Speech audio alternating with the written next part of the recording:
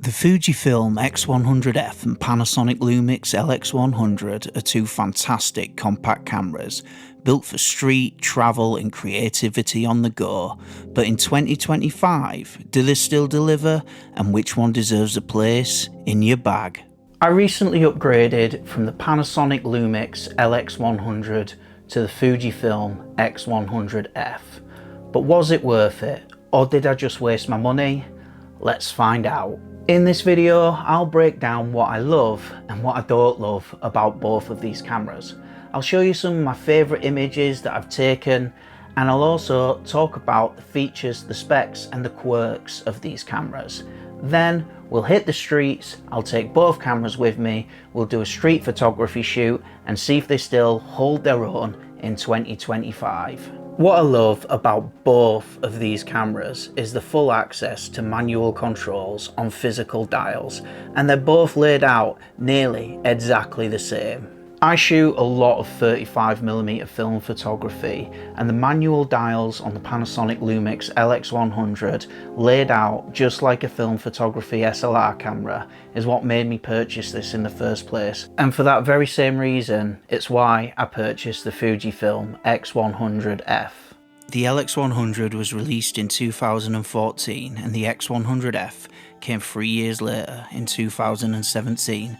And despite the age of both of these cameras, they don't come cheap on the second-hand market, and the Fujifilm goes for almost twice the price of the Panasonic. That being said, the LX100 has a 12.8 megapixel micro four thirds sensor, and the Fujifilm X100F a 24.3 megapixel APS-C sensor. As well as the sensor size, another major difference is the Lumix has a 24 to 75mm zoom lens, and this can cause some issues. Unfortunately, because of the design of this zoom lens, it is prone to sensor dust, and that's something that I have covered in my previous two videos about this camera, so I won't go into too much detail about it and how I fixed it, but you can check those videos out on my channel. The Fujifilm X100F, on the other hand, has a fixed 35mm equivalent lens, and I think this is the perfect focal length for street photography. So let's take these cameras out onto the streets and do some photography. So far in this video I've shown you some of my favourite images taken with these cameras, but I haven't labelled them because I just wanted you to focus on the images. But now on the streets I'll show you which ones were taken with the Lumix and which ones were taken with the Fujifilm. I set out to take some images that could be used as A/B comparisons, but when shooting with the Lumix I did have a tendency to use the zoom lens, which didn't always make for the best composition. I preferred the images shot with the X100F because of the negative space around the subjects, but the LX100 telephoto lens did come in handy to capture this image. Even though after switching on the Lumix it only takes a couple of seconds for the lens to extend, I found switching on the Fujifilm and reacting to situations much faster, and this allowed me to capture images that I didn't feel I had the reaction time to capture with the Panasonic. After taking these cameras out for a street photography shoot and shooting them side by side, I feel like I've learned a lot about both of these cameras, and in particular the way I prefer to shoot. I felt my reaction time was much quicker with the Fujifilm, and for those passing moments where I needed to just raise the camera and take a shot, I always had the tendency to go for the X100F over the Panasonic Lumix. However, when I could stop and compose an image, I did find the zoom lens on the Lumix extremely useful.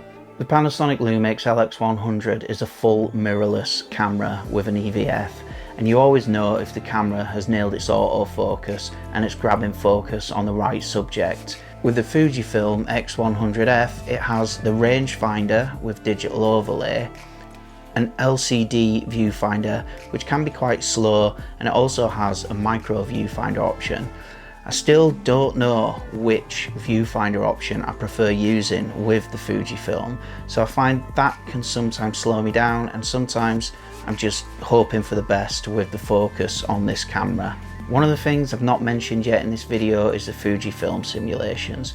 And the reason being is I pretty much always shoot raw images.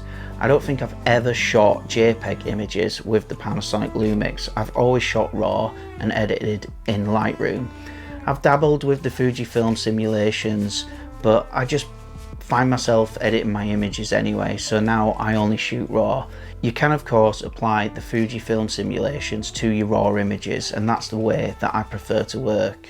The colour rendition of both of these cameras is very different. I find with the Panasonic Lumix I enjoy editing the raw images, so the colours are a lot more vibrant and a lot more punchy compared to the subtle tones of the Fujifilm colours.